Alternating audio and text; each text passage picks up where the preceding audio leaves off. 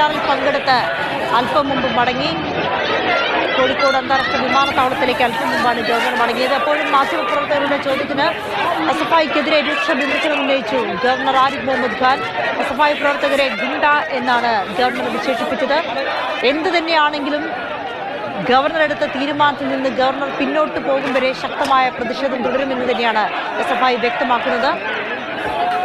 ഷഹീദാണ് ഇപ്പോൾ കാലിക്കറ്റ് സർവകലാശാലയിൽ നിന്ന് വിവരങ്ങൾ നൽകിക്കൊണ്ടിരിക്കുന്നത്. ഷഹീദിലേക്ക് ഒരിക്കൽ കൂടി. ഷഹീദ്, ഈ പ്രവർത്തകർ കുത്തിയിരുന്നുള്ള പ്രതിഷേധം തുടരുകയാണല്ലോ.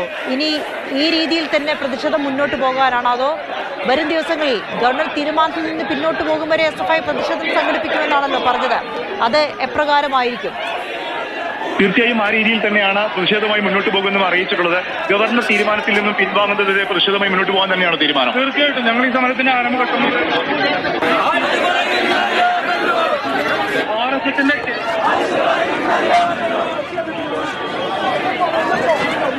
സർവകലാശാലകളുടെയും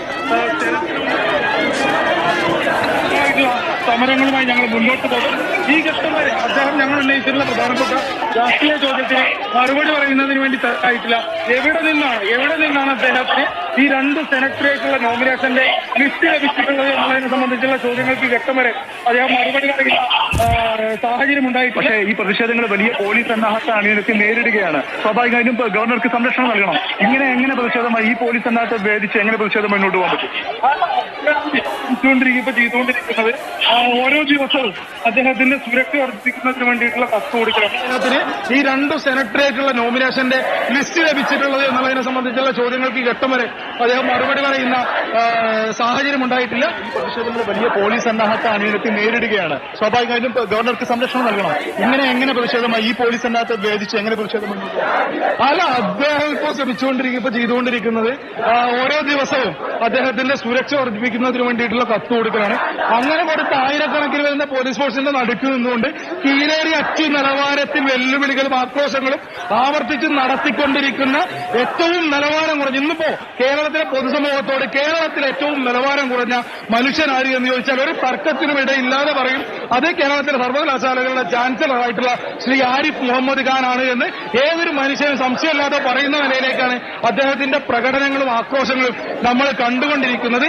ഏതെല്ലാം വരുന്ന ഫോഴ്സിനെ ഉപയോഗപ്പെടുത്തിയാലും എന്തെല്ലപ്പോ ഇനി ഇതും കഴിഞ്ഞ് ഇതിപ്പോ 4-5 ജില്ലകൾക്കകത്തെ പോലീസ് ഫോഴ്സിന്റെ ഈ സമരത്തെ നേരിടുന്നതിന് വേണ്ടി കഴിഞ്ഞ 3 ദിവസമായി കാലിക്കറ്റ് സർവകലാശാല ക്യാമ്പസിനകത്ത് അങ്ങനെ 4-5 ജില്ലകളിലെ പോലീസ് ഫോഴ്സ് അണിനിരന്നിട്ടും SFIയുടെ സമരവീര്യം എവിടെയും ചോർന്നു പോയിട്ടില്ല എന്നുള്ളത് നമ്മളെല്ലാവരും കണ്ടുകൊണ്ടിരിക്കുകയാണ്. അതിശക്തമായിട്ടാണ് വിദ്യാർത്ഥികൾ അവരുടെ പ്രതിഷേധം അറിയിച്ചുകൊണ്ടിരിക്കുന്നത്.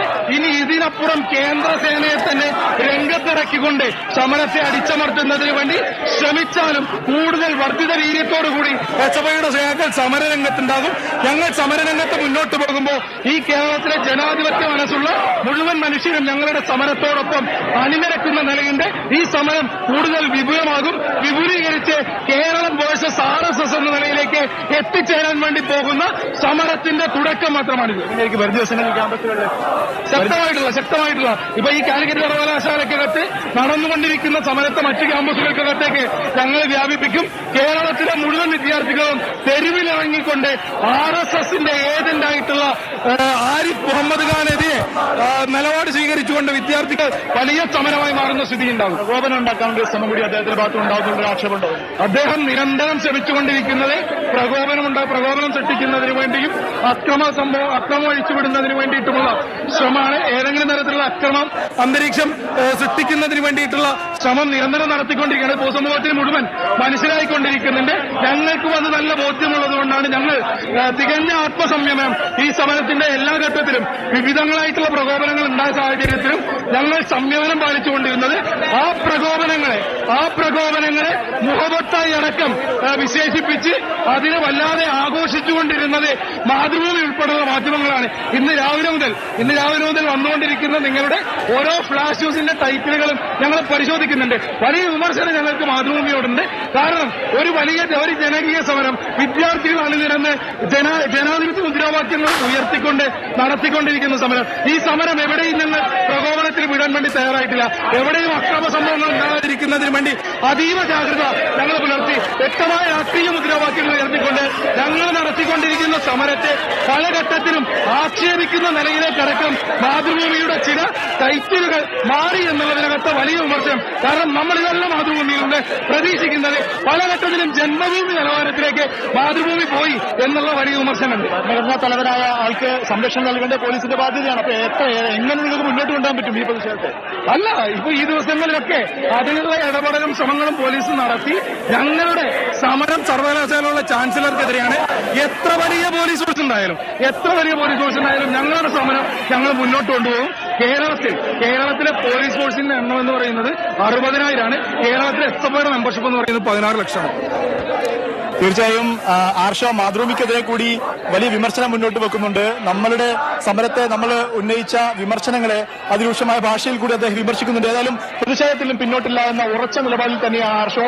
വരും ദിവസങ്ങളിൽ മറ്റു ക്യാമ്പസുകളിൽ കൂടി കലാലയങ്ങളിൽ കൂടി പ്രതിഷേധം വ്യാപിപ്പിക്കുമെന്നും അദ്ദേഹം പറയുന്നുണ്ട്.